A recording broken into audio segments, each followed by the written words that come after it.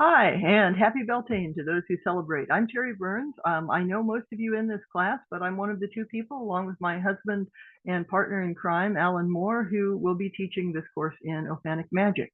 I also know quite a few of you from the online YouTube course I was doing on the Monas Hieroglyphica. If you have taken that course, really you have the foundation for everything we're going to talk about in this video and a lot of things that follow, because I think that the geometries and the geometric transformations in particular that are in that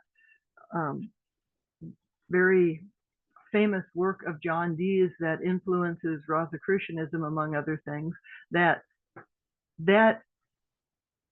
Alan and I think with good reason is probably the foundation that allowed the so-called Enochian material to come through. Now, what we want to do here, or what I want to do, is just talk about the mystery of the pentagram as it connects to Enochian or Ophanic workings. There is no assumption that I'm making here at all that you're going to implement all this stuff right away, though if you feel up to it, go ahead. We are assuming that most of you already know something about, you have some kind of pentagram ritual that you use. But, and this is an important but, don't assume that the reasons that you usually use that pentagram ritual are exactly the same reason why it is so important in Ophanic magic. Just to give a quick flash forward, you're eventually going to have a temple structure that is 1 by 1 by 1. You can make the one be whatever, 8 feet by 8 feet by 8 feet, or 100 feet by 100 feet by 100 feet, but it's square, okay? So when you do eventually an invoking pentagram in that temple space, the walls, so to speak, where often you have, you're calling archangels, those will mesh exactly with the walls of your temple in ways that aren't the same if you are using, say, as many people do, a golden rectangle as a side of your temple space or something like that. So we want to talk about the direct connections of this to Enochian magic, then some improvisations perhaps, or developments on that, and things that are implicit in Dee and Kelly's system, although they might not have had the language we have to describe those things. So let's get going here. We have 3 different chapters in the book that accompanies this course on pentagrams, and I'll be putting PDFs of those chapters online at various times over the next several weeks. Part of this is because there are pentagrams built into the system, in the Seal of Amet in particular, in the Great Table of Earth, as we'll see. That's actually, it's very, very interesting what happens with the Great Table of Earth and pentagrams. You have what you might call a 5-7 structure that is running throughout the Enochian corpus. Speculating on that is lots of fun too. But again, there is very good reason to think that what allowed all this to come through was the sacred geometry and the sacred geometry transformations of the Monas Hieroglyphica, which Dee, of course, wrote. It was not the only collection of theorems he wrote. He had another where there was 120, but they do a lot of similar permutations. And since Kelly is there with him, of course, Kelly would have known it also. I can't conceive of Kelly not knowing the Monas Hieroglyphica. It seems to me, when I look at the Golden Dawn knowledge lectures, for reasons I've argued in that other course, okay, that with those, particularly of the Stella Machatina, the ones regarded published, that you're essentially looking, with very few exceptions, at the same correspondences that you would find Dee is assuming you know in the Monas Hieroglyphica. Now, when you get to thelemic magic, well, Crowley is claiming to be the reincarnation of Kelly, so let's just say perhaps there's some bleed-through going on there. Anyway, what we're going to do here is look at the pentagram as a 2-dimensional shadow of a 4-dimensional object. How do we manage to bring in 4-dimensional geometry here? Well, one of the contentions of our friend and teacher, Vincent Bridges, who died back in 2014, was that the sort of holy grail, he called it, of John Dee's magical system was that he stumbled on to the concept of a fourth dimension without words in the English language. You particularly see this in the monad in Theorem 20, but not only there.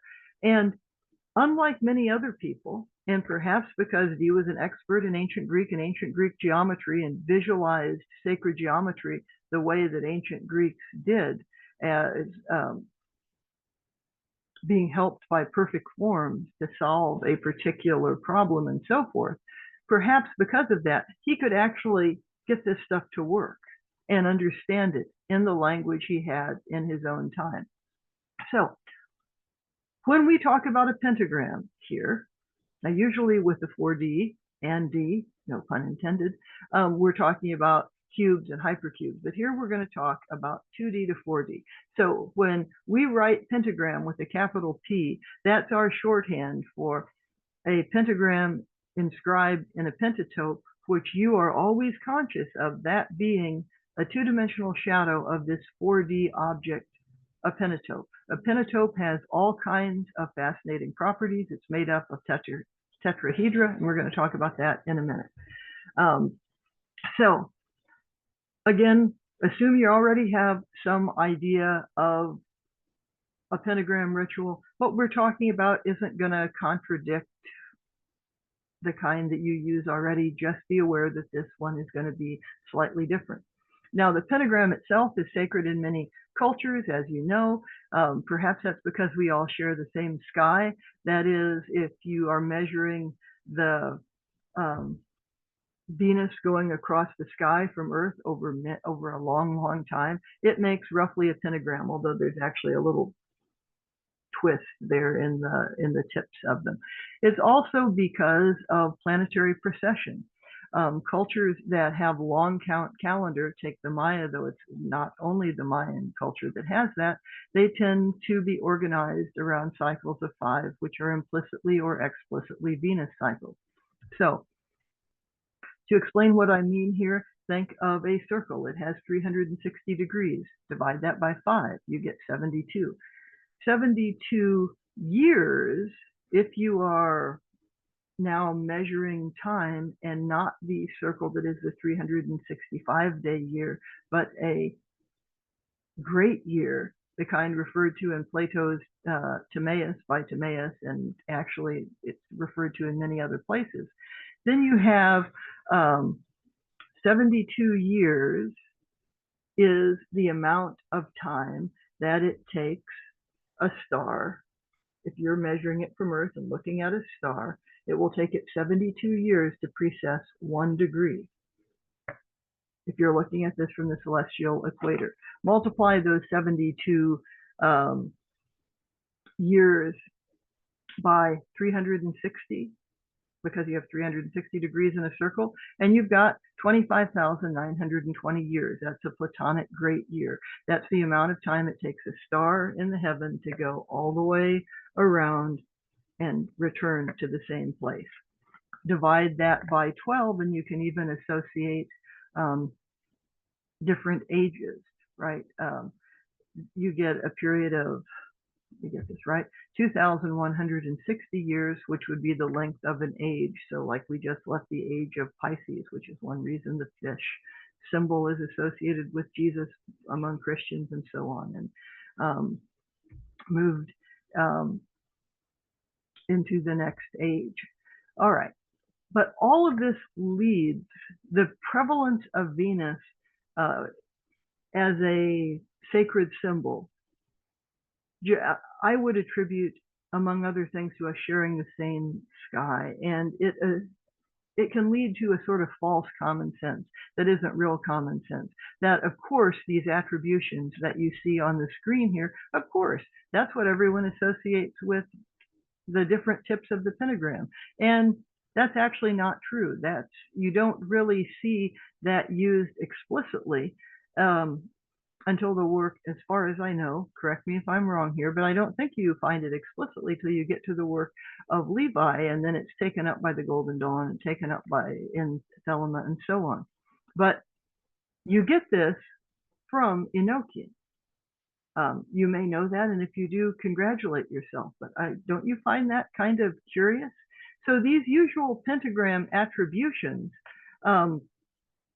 really, in my humble opinion, come from what you get if you put together all of the things in the Spirit Diaries of John Dee. Now, here is the Great Table of Earth with colors added that Dee and Kelly didn't have. This black cross is what turns into the Tablet of Union. I'm going to quote one of our group members here, since he had a great opening day quote when I asked how this would connect back to the monad, and he said, well, the cross of the elements.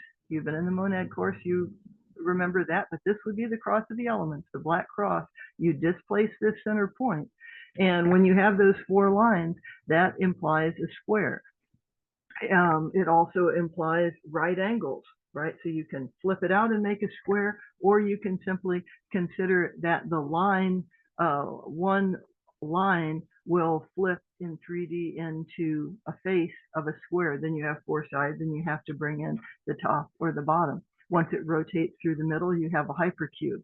The 4 quadrants will eventually associate the same way. Oh, air, water, earth, fire.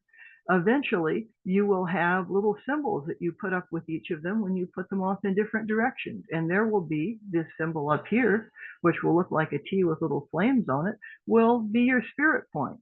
So there is an implicit pentagram in each of these. And here's the really cool thing. If you take this black cross, or another really cool thing, it's the Tablet of Union, right? But where do you get a pentagram? If you take that Tablet of Union and make it the spirit point that everything passes through. Some of you have been in rituals that talk about lifting up that center of the cross of the elements and having a pentagram. Well, that comes from the Monas Hieroglyphica. I mean, people who use that in ritual may or may not know that, but that's the first place that I can find it, and I have looked at lots of Renaissance theorems and before that. So now if you do it that way, with this Great Table of Earth, eventually, we're several months from getting to that point, instead of this spirit point that has been lifted up, well, you know, then how is that going to make 4 pentagrams or something? Well, it makes a hypercube. Things rotate through there because you're going to have real interesting 5-6 proportions that we'll talk about. Now, it is important to realize when you're casting a pentagram, it's a fractal form, right? So here's the pentagram, and it inscribes perfectly into a pentagon. And they're inside this upside down pentagon. There's an upside down, you know, it mirrors each time. There's an upside down pentagram and so forth. So not only that, when you do a typical banishing or an invoking pentagram, then you're stabilizing it. You do it in 4 different directions. You're stabilizing it in a plane, which is 2-dimensional, right? It's 2-dimensional just by definition, just like a cube is 3-dimensional. So if you're familiar with these monads, you have become really skilled at how to flip from one dimension to another, or flip a shape this way, or mirror it. There were the laws of transposition that I talked about in those courses. You will find in Dee's diary, Dee writing down, it's in the discussion of the Holy Table, about the rules of transposition. He doesn't tell you what they are because, like many, many things, you're supposed to know them. And there are mathematical rules for transposing an object different ways in space. Again, this incredible ability that Dee had to visualize is what we speculate allowed these things to come through. Though, remember, it's coming through Kelly's mind. So, you know, Kelly is highly clairvoyant and able to visualize forms really, really well, or we wouldn't have this corpus. So anyway, eventually this 2-dimensional pent that you cast, you're going to just reflexively think of it as a pentagram in a pentagon, and that will be real important. I'll show you that in a moment. But let me talk about how it is made. In a four-dimensional object will have as its face a three-dimensional object, right? So a cube, which is 3D, has a square, which is 2D, as one of its faces. A hypercube would have the whole cube as one of its faces. So with a pentatope, it doesn't have a three-dimensional star thing as a face because there isn't a three-dimensional object like that. That's another really fascinating aspect to the mystery of the Pentagon, in my opinion. But what you have as the face of a pentatope is a whole tetrahedra, right? The simplest of the Platonic solids, and you have 5 of them. So to visualize this in any way in 3D, they're going to warp just a little bit. And I want to show you a little bit about how that works. So here you have a pentatope, or a 3D drawing of it, and you can find others online, because we're basically here trying to do a 2-dimensional rendering of a 3-dimensional rendering of a pentatope, which is 4 dimensions. You can think of it as basically a pyramid with a tetrahedral base, not a pyramid made with 4 triangles, but one made with 3. Okay. What you're going to have is a 5th vertex in there. So if you imagine shining a light through this, and this is rendered in a more rapid fashion in that wonderful animated video that Alan put online for you earlier today, you're shining a light through it, and one of the things one way it will cast a shadow if you do it just right is this way. You'll get a pentagram and a pentagon. So later on, you may want to ask yourself different things like, when you're casting this, what is going to make it stabilize? Or what are the properties of pentagons as opposed to pentagrams? There's all kinds of directions you can go with this. But in the lesser pentagram ritual, what's going to stabilize this form will be the archangels. You can visualize the archangels all kinds of ways. I visualize them as just as a plane that is particular colors. More on that in a minute. Also, if you look at this form here, pentagons, you may know that 12 of those are what you have in a dodecahedron. That's Plato's shape of the universe. And recently, there have been a couple articles in popular science magazines even saying that, gee, Plato might have been right about that. But when we get to doing the greater pentagon ritual, in a version that we call Illyrian's Watchtower because it's slightly modified from the usual SIRP, then you have these pentagons self-organize and make a dodecahedron. I mean, that's pretty cool. Okay, so take a look at this based on what we've said. Most of you here have worked with Enochian already, or I don't think you'd be here. You probably know the pentagram attributions, but see if you can. Here is the Great Eastern Quadrangle. All right, that's spirit. So you go spirit, earth, water, air, fire, back up. I am not saying that right now you should have a solo Eastern Quadrangle and be doing this. Please don't. I don't think that's very energetically stable, but I just want to show you that there is an implicit pentagram in there. Oh, and then in each one of those, you are going to, if it is a fractal form, then by definition, it will get smaller and smaller and go out. So this is the great table of, that's part of the great table of earth that I just showed you. Does that mean there should also be a great table of fire, water? Well, could be, although, you know, people haven't had a totally flawless experience with the great table of earth yet, so maybe we're just waiting. Okay, now, how does this apply to the pentagram that you're visualizing and casting? Each line is an edge of a pentatope. Specifically, it's going to be one of the 5 tetrahedra that make up the pentatope. So I'll go through that slowly, and you again have that animation that Alan put online. By the way, when I say Illyrian instead of Alan, that's because that's his magical name. I may have said that already. If I did, I apologize. So what I do is when I'm drawing down like this, I imagine this particular edge of the first tetrahedra. Now, you may reflexively, when you see this thing here, think, oh, that's the base of it. This is not. This is the whole tetrahedra. It's just drawn out that way, okay? If it wouldn't be a tetrahedra if there was a fourth side there. It's just, it's in 4D, so it's squished, basically. All right. So as you go through the first one, you're doing that edge. Then here's the second one, the third one, the fourth one, and the fifth one, you go back up there. If you can't visualize it well, don't worry. Very few people can. But just being aware that this is what you're doing, you might even think of it like, I'm dating myself here, but one of those old typewriter balls that flip around and stamp things out. That is, each part of these 5 tetrahedra are stamping out part of this pentagram. And that's what you're winding up with. There are all kinds of places online where you can find this, different projections of pentatopes. You can do that on your own.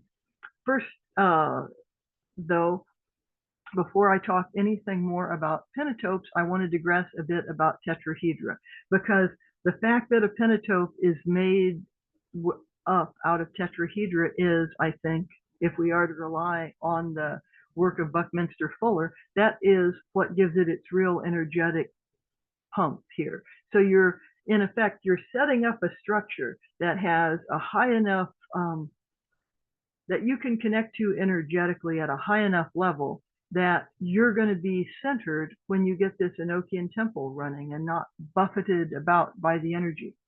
So pentatope, again, essentially a hypertetrahedron. A tetrahedron has amazing properties. If you're working with energy, you may know about Buckminster Fuller's tetrapump, where you have, in effect, 2 tetrahedra, and they're pumping from what you could but don't have to consider from 3D to 4D, or you can consider as if we do a Cartesian geometry interpretation of Fuller's geometry, we would just take it as kind of a phase shifted 3 dimensions. A confusion people have with Fuller's geometry and Cartesian geometry, and Dee, by the way, doesn't have the words for either, but he's using both, which makes it mathematically even more of a challenge, but not energetically. Energy just works. Okay, so what Fuller will call 4th, 5th, 6th, 7th dimensions, to people who do Cartesian geometry, this is 3D, it's just different 3Ds, or phase shifted 3Ds, or somewhere between 3 and 4D. Now, there's no test on that. You don't have to pass anything on it, but be aware of that. Fuller's geometry, according to James Egan, who has written a lot about this and explained it, I think, as well as anyone, Dee's geometry corresponds to Fuller's geometry better than Cartesian geometry in certain ways. And you can see the use of what comes to be called Cartesian geometry because that's his starting place in, say, Theorem 20 of the monad. And since that's what most of us study in school, I'm going to stick with Cartesian dimensions. But if you're interested in Fuller's geometry, I just am going to talk about his tetrapump.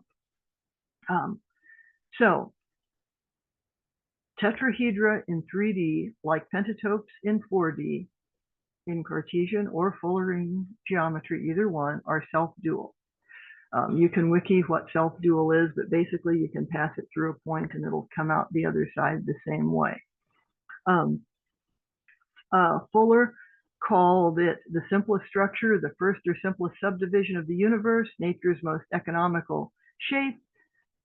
And if you have looked at things like Fuller's vector flexor, he talks about how 6 vectors are required for complete multi-dimensional stability. Well, that sounds like a good thing, right?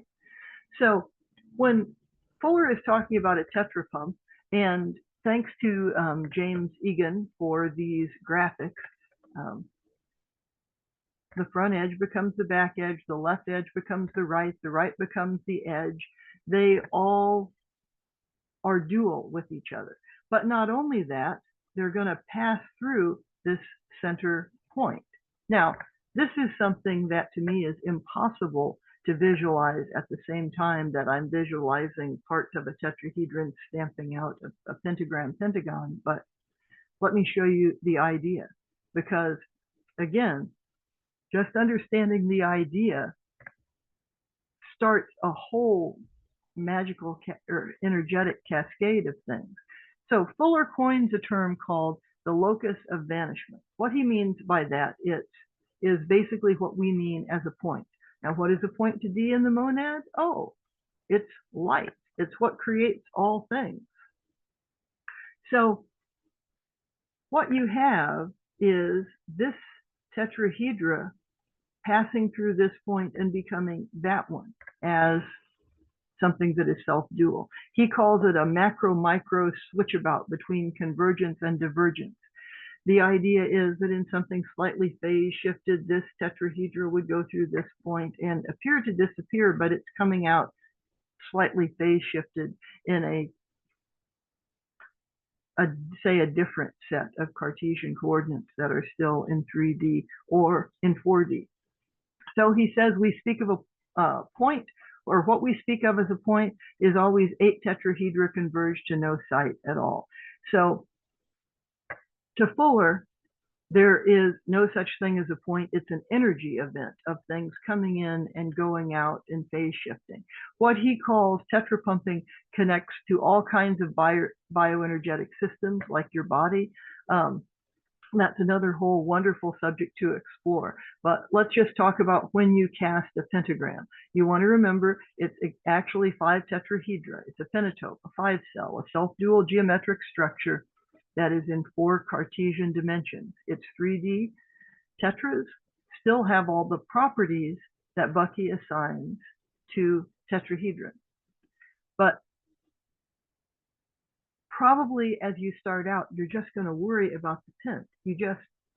Things happen when you realize something is more than it appears.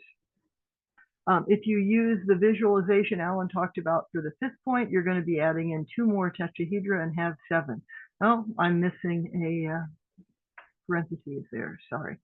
So we've already in the group talked about all different kinds of pentagrams. Some of you were kind enough to share that information. I gave you a public copy of Rigardi's work where it's on 69 and 70. I also gave you the modification of it that Alarian and I used. There's banishing and invoking forms. If you're just starting, it wouldn't really hurt at all to practice some banishing, but you're not going to banish in your Enochian temple. You're only going to invoke. Now, if you get agitated from too much invoking, stop, or irritated, and then bandage or smudge or do something to kind of energetically calm things around you. Because working with Enochian will bring up your issues. If its purpose is to help humans evolve, for example, well, that involves bringing up some issues. So as I said in my opening document, you want to stay grounded enough that you're the calm in the center of the storm, not being bashed about by the storm, which is highly unpleasant. Also, our entrance to this as 2 Hermetic neo-pagans is not through Christianity, Judaism, or Islam. We don't mind them, okay? But if you object to, say, Abrahamic portrayals of archangels, you're going to need to find a visualization that matches your tradition. Now, a good friend of ours who is Tibetan Buddhist found things from that tradition. I simply use, like I said, planes with, I will see Michael as a red plane, and just because Michael is a human name, I'll imagine a little head up there and maybe a dude with a sword. But what is important when you're thinking about the archangels is that you're creating a plane, and that's going to mesh with your temple structure. Not that you're creating a dude with a beard, or maybe he doesn't have a beard and what color is his hair. I mean, it really, really doesn't matter. In terms of vibrating names, We use Hebrew and we use it for all kinds of reasons, but none of them are actually religious reasons. If you're more comfortable, you can use Greek. In fact, if we were to start all over again, actually, we would probably use Greek. We're going to experiment some with that when this course is done. Some people, we've been told, to use Sanskrit, but any of these modifications are fine as long as they work, okay? If you don't feel that clairvoyantly or energetically you can sense if they work, then just do it the way that we're suggesting. You're going to start with a Kabbalistic cross. You want to light up your aura, but there are a lot of reasons to do a cross. Some of them come right out of the Monas Hieroglyphica. Now, I won't teach whole excerpts of that course again. It's online, and here's some snips from even a more than 10-year-old mini course on it.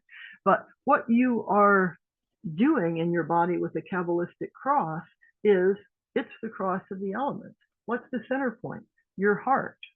The rivers flowing out, well, those 4 lines. Or once you displace that center point to be geometrically correct, they're rays. They're going out to infinity. But then if you denote an end point that is equal, then you have 4 lines. You probably remember that from the monad course if you took it. If not, you may well remember it from geometry in 9th grade. Your body is a cross. So this is from Albert Pike on the screen. I just grabbed that to avoid copyright infringement because I didn't want to draw another graphic. So make this your body. There's your heart. Now, do these things have to stay the same? Well, maybe your head often is there and your feet often are earth, but as you may know from the monad, these shift around all the time. So something can be primarily one thing and constantly have the other thing cycling through it. All right, let's take a quick run through of the words. These are the last words in Hebrew of the Lord's Prayer, as many of you know. Ate, Malkut, Vegebura, Vegedula, Leolam, Amen. There are other nifty things you may recognize if you're doing it that way with Hebrew. If you're a Christian, you may like it that this is the end of the Lord's Prayer, or if you're Jewish, or what if you're a Egyptian neo-pagan? Maybe you'd recognize, oh, Amen, like Amen Ra. I mean, there are all kinds of things we could talk about that we're not stating here, but just have some fun with it. You're trying to light up the circuits in your body. Now, I put online a Kabbalistic cross that doesn't use any Hebrew. That is the one that Vincent Bridges used. He could light up his aura just fine without vibrating anything. Very, very few people could do that. I would recommend just vibrate this. Also, it's good for lifting your spirits. Now, we'll talk about what to do with your hands. When you cast a pentagram ritual, some people will say, oh, use a steel dagger. Okay, fine. For this, I'm not going to. I'm just going to use my hand. You can hold a crystal if you need to have something, or a magic wand, but there are reasons to just use your hands in an Enochian temple. And your hands are a vehicle for your work. So you probably know what you have on the screen here. If not, you can read through it, pause the screen, or something like that. But these are just the hand movements. You're going to reach up as high as you can imagine, all the way through the heavens, and bring that light down while you're vibrating. Ate. That's going to be a shaft of light that goes through your body. That shaft of light will be the column that contains the 6-rayed star once you've done this a bunch of times. Or maybe you'd have something else that you would like to report. That will be really cool, though, the 6-rayed star, once you're in your Enochian temple, standing before your holy table, because then your body will be projected onto that table. And what's on the holy table? Oh, a 6-rayed star. Okay, So you go all the way down to Malkuth, reach as far out as you can, Ve Gabura, Ve Gadula, and so on. So you see a graphic at the bottom, the order and direction, assuming this is in your body. And your body is astrally going to become large enough right in your temple that it can be superimposed eventually over the holy table. When we get to that point, and before we're at that point, just imagine you are bigger than your body. Your aura is going to fill up this temple space. Okay, so then you draw the pentagram. You know the directions. I've talked about this already. So there's one tetrahedra of the Pentatope as symbolized just by that line. We're going to go up this way. There's the next one. Then we'll have a third one. And this is flashing and not running the right way, but I'm just going to keep going. You get the idea. When you're all done, you have traced these lines, but they each correspond to one of these tetrahedra that make the Pentatope, and they sort of stamp out that pentagram that is inscribed in a pentagon. So you can watch that more slowly in the video that Alarian put online, but that's how you visualize a pentagram. You cast one in each cardinal direction, just like in a regular pentagram ritual. You start in the east. Why do you start in the east? Other than people say you should do that when you go to Sunday school, you're facing toward spin. The sun comes up in the east. It is not a new thing. It has existed ever since there was the earth in this case.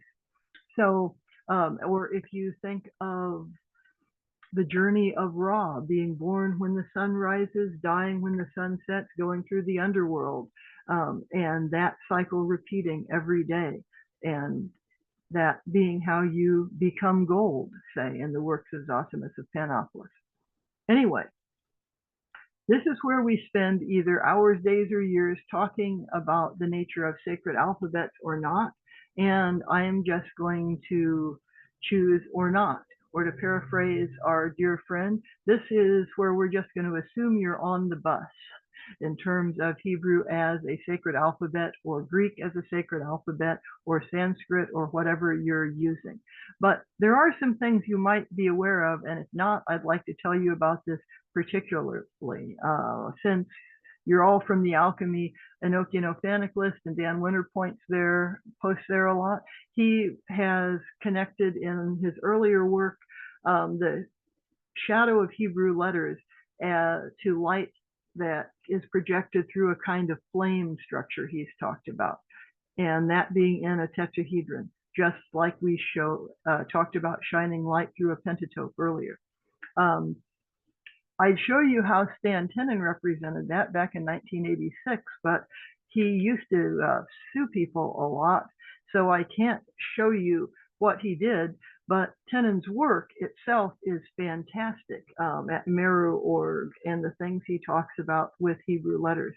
So you have some links on here, or you can look at his alphabet that changed the world. A few other things I want to talk about with hands and Hebrew. Without even contemplating works as complex and beautiful as the Bahir or the Sefer Yetzirah, you can find some other views about Hebrew and hands easily, because the letter Yod, the 10th letter of the Hebrew alphabet, that some of you have drawn in ritual, right? Yod, Nun, Resh, Yod, the INRI that's above the cross of Jesus. And in that analysis of the keyword, and by the way, the only source of that analysis of the keyword is the Monas Hieroglyphica of John D. Oh, that Yod is the 10th letter of Hebrew and other Semitic alphabets, and it comes from the pictograph of a hand. That's very important. You have heard, I'm sure, this Hermetic maxim that you have down here. This is from Regarde, though it certainly was not Regarde who came up with it. This is directly out of the Sefer Yetzirah. 22 sounds and letters of the Hebrew alphabet are the foundation of all things. 3 mothers, 7 doubles, and 12 simples. You may remember in the Monas Hieroglyphica that D's calculation of the Philosopher's Stone is 3 times 7 times 12, and that's clearly what he's referring to.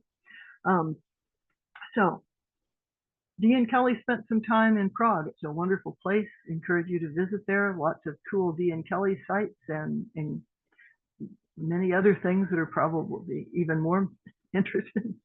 But that was a center of Jewish wisdom there. You've probably heard of Rabbi Lowe and the teachings, by the way, of Rabbi Luria, who was in Israel. By the time Dee and Kelly were there, the teachings of Rabbi Luria could have gotten to Prague. In fact, they likely did. So here is something that would have been known by Dee and Kelly's Jewish contemporaries in Prague. This may look to some of you like Mr. Spock's live long and prosper sign. Well, Leonard Nimoy said he explicitly wanted to use this sign because this is the laying on the hands that was originally only used by the Cohens, the high priest. But one way you can think of that, if you dumb it down or into a pop culture form, is live long and prosper. The light of creation be upon you. Okay, back to what we're doing here. You've done a Kabbalistic cross. You know how to visualize a pentagram. So you charge it with 4 Hebrew God names, sending the energy out in your hands. If you are doing this in the traditional way, that is very powerful. If you know something more powerful in your tradition, then use it. But the important things are going to be that you have the planes on all 4 sides and that your pentagram is a pentagram inscribed in a pentagon, that is the 2D projection of a 4D pentatope. The top and bottom of this cube, by the way, don't worry about it now. What it will be is it will collapse into this center point where your heart is, rotate through as a toroidal structure, and that toroidal structure is basically the energy flow of a huge hypercube, which can be inscribed into a hypersphere, which is another whole fun discussion. The walls of just the pentagrams tend to feel a little shaky when people haven't done it a lot. So you stabilize them with these 4 planes, and then you connect above and below with the 5th point, which is analogous to the displaced center of the cross that has turned into a pentagram, and now you're bringing it into yourself. What else is that called sometimes? Oh, Shekinah, the indwelling presence of God or the goddess or the gods. So if you're doing this in Hebrew, you see the 4 names that we use written in Hebrew on the pentagram because you are imputing certain qualities like those Stan Tenen discusses or the geometric properties Dan Winter has discussed as charging it. Usually, so here is, for example, Yod He Vav He. Usually when I do it, I see that 3-dimensionally, like you have this pentagram here, it's 2D, but I see these letters either in red or gold as just full 3-dimensional shapes. Okay, so you just go around using the typical God names if you're doing it in the traditional way, right? So we went from Yod He Vav He to Adonai, Eheye, and Agolah. If you have trouble visualizing this, just use a crutch. Print out those words in Hebrew, and if you have a space, if you're lucky enough to have like a meditation room with 4 walls, put them on each wall so you just see them. So you draw the invoking pentagram of earth, you focus through and you vibrate Yod He Vav He, and you shoot the energy through your fingers and push the pentagram to the wall of the room or the face of that cube that is in front of you. Same thing with the south, only you go on to the next God name, then the west, then the north. When you cast these pentagrams again, this is the same place where you're later going to have your quadrangles of the great table of earth. Then you'll be evoking or invoking, if you can, the 4 archangels. The idea of invoke is that you're doing something macrocosmic. If you're flooding your space with the macrocosm, That's evoking. It's coming from within you and going out. That's the definition, by the way, that Crowley gives in book 4. It's also a characteristic of the fourth dimension. Here, something as old as flatlands would serve as a source. That is, if you heard a voice in the fourth dimension, it wouldn't appear like it is booming at you from outside. It would appear like it's coming from inside of you. So, by the way, you can use that if you want to make an argument that all of this was just extruded by Kelly and Dee from their own DNA rather than being angels or ETs. But that too is another huge topic for debate. So you evoke these archangels. We could have a whole discussion if anyone is interested in what they actually are if you're looking at this from outside of the the Abrahamic religious system. We asked once in our Enochian temples, the Enochian beings, that, and got a very interesting answer. Discussing the history of these archangels in Western ceremonial magic is kind of like discussing Hebrew letters. Either you're on the bus or off. We could spend years discussing it. We're not going to. There is a whole art, I would call it, of how do you determine their appearance.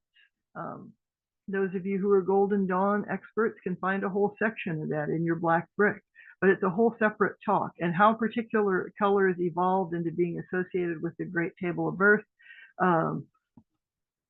is another related and fascinating discussion.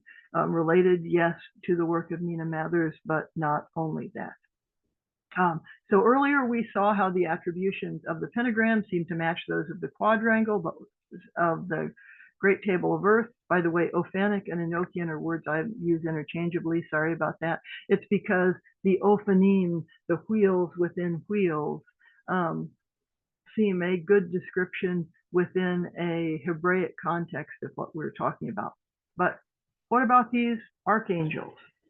Well, let's take a look at these near his first angelic working. I put a cleaned up modern version of this from Klein's wonderful set of the Complete Spirit Diaries of John Dee. That's on the group. But here is the original. Notice, in 1581, which is when this is from, winter solstice or just after, 1501, Michael, Gabriel, Raphael, Uriel, or Auriel, or Ariel, depending on how you're pronouncing it. So, as David Jones says, this is one of the big whys for the pentagram ritual that we have today. Why these archangels? It seems someone knew the work of Dee pretty well and was combining this with some things in the Monas Hieroglyphica. Anael is also fascinating. Most people would associate Anael with the age of Venus, associated with the pentagram. Dee thought he lived in an era ruled by Venus. In Dee's time, the measures of these were not great years like Plato used, because that was too long if you're a pious Christian to have 2,500, 920 years. They were shorter, so they tend to be groups of 7 associated with the 7 classical planets, and he thought that he was living in the age of Venus. By other calculations, if it matters, he would have been in the age of the moon if you're using the Arbitel, for example. So these are usual pronunciations. You can write this out in Arabic also, or any Semitic language. So now you've got 4 archangels stabilizing each of the 4 pentagrams. Now that you have the top and the bottom, consider that if you project something up to the top and down to the bottom, that is one way you could do that. That is also implicitly, well, you're trying then to create an astral 3-dimensional space rather than a 4-dimensional space. We want to create a 4-dimensional space. You also may know how, from things like Paul Foster Case's Cube of Space Mysteries and so on, how Hebrew letters are often seen as mapped to the side of a cube, and cubes being associated with 3D. When you do that, about us flames the pentagram, and then the column is a 6-rayed star. If you see a fire triangle coming up and a water triangle coming down, a tetrahedra and locking, there's your 6-pointed star, okay? It's a stellated hexahedron instead of a cube, but same number of faces. The opposites are united in the 6-pointed star, and you're right in the middle of that 6-pointed star. So within that space, we're adding a 5th point, the center. This is not part of the banishing or invoking pentagrams that you have studied, at least as far as we know. We learned this one from Vincent. He came up with it because, again, he felt it was very important for people who are working with Enochian to ground themselves.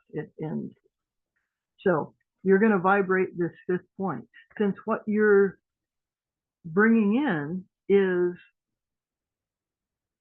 the indwelling presence of God, we have a kind of made up, kind of derived from the logic of Hebrew, 5th archangel, Shekinah El. So that is what you vibrate. You are making this place that the center of which is your heart center, Shekinah El, and you're feeling the vibration right there. Sometimes when you do this and these 2 tetrahedra interpentate, you may even feel a flash of energy as they form a Merkaba. So, but it's that center point of the Merkaba that you're evoking as a 5th archangel. Let's see if there's anything else I want to say here. No, not that, other than once you do that, if you've really got things cooking, you feel toroidal energy spinning around there. And since we've talked about 5s and 7s, note there's 7 colors here.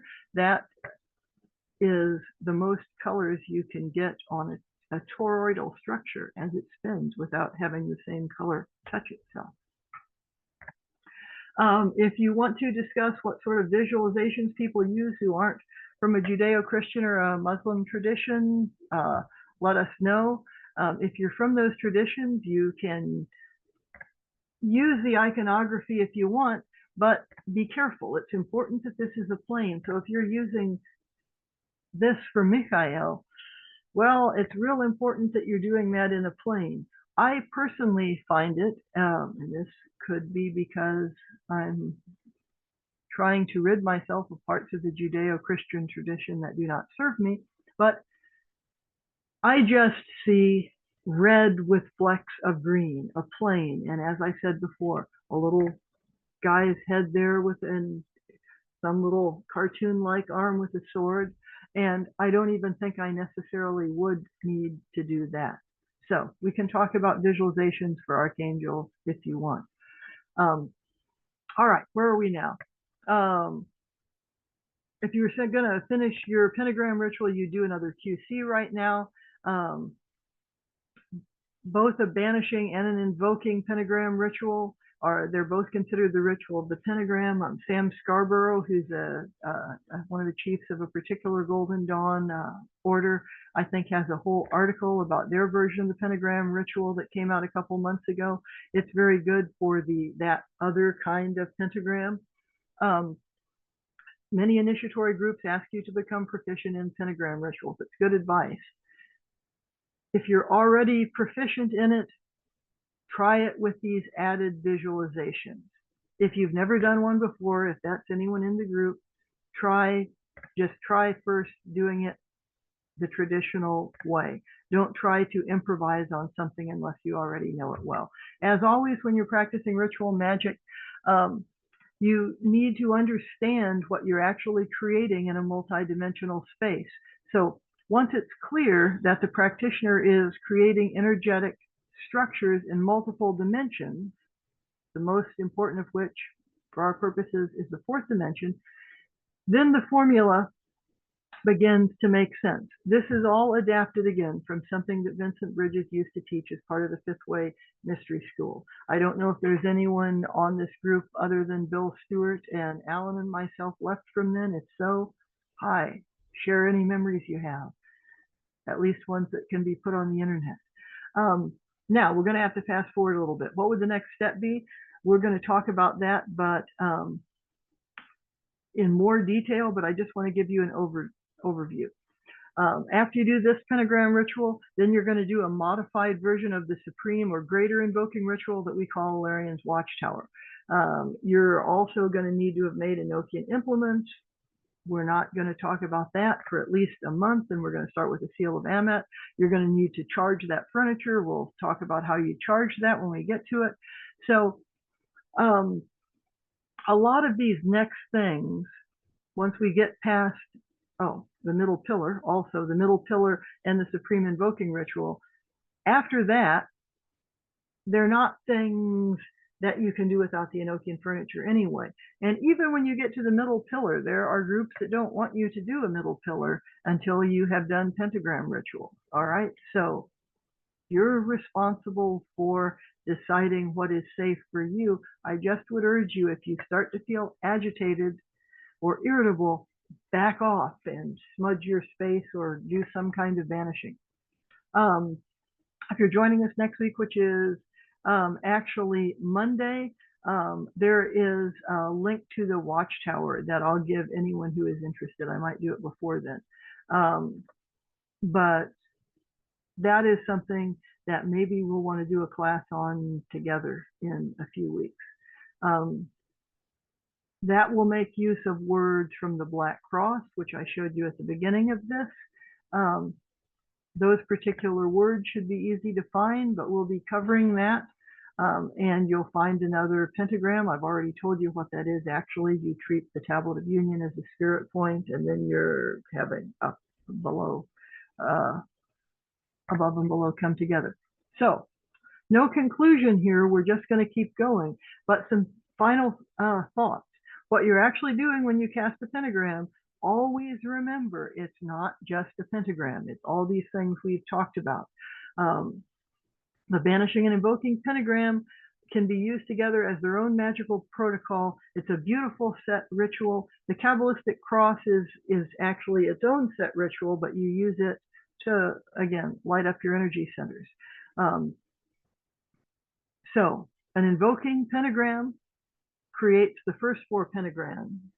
The supreme invoking will create 8 more. That's 12. Eventually, those will self-organize into a dodecahedron. Let's see. 3.5. God, I must have been late at night when I put this together. Well, I was going to say some things here. LIRH is the lesser invoking ritual of the hexagram. I think I'm just going to skip that for now. I think if you already know what that is, great, you already know. And if you don't, that's throwing way the heck too much at you. So the pentagram rituals, unlike the hexagram rituals, are a little more forgiving also. I'll just say that. Okay, so what you see here is the Great Table of Earth with Roman letters instead. Some of you know, perhaps all of you know, that a lot of times you see this kind of depiction until someone gets used to the energetics of the other tablet. We can talk more about that later if you want to, but this is how it would look with Enochian letters. We're going to get to the Enochian letters themselves in a few weeks. I think if you are in an initiatory order that has strong views about this, you may want to hold off using these letters until, not until you're an adept, but until you can at least read these letters, and until you are proficient at the other rituals we've talked about, because the idea of using those Roman letters and then going to these is simply to accustom you to the energetics before you jump to the actual Enochian letters. And then you can add color, of course. All right. That is the end here. It's the end of this video, but not a conclusion. I'll see you all next week. Have a great rest of your Beltane. Bye for now.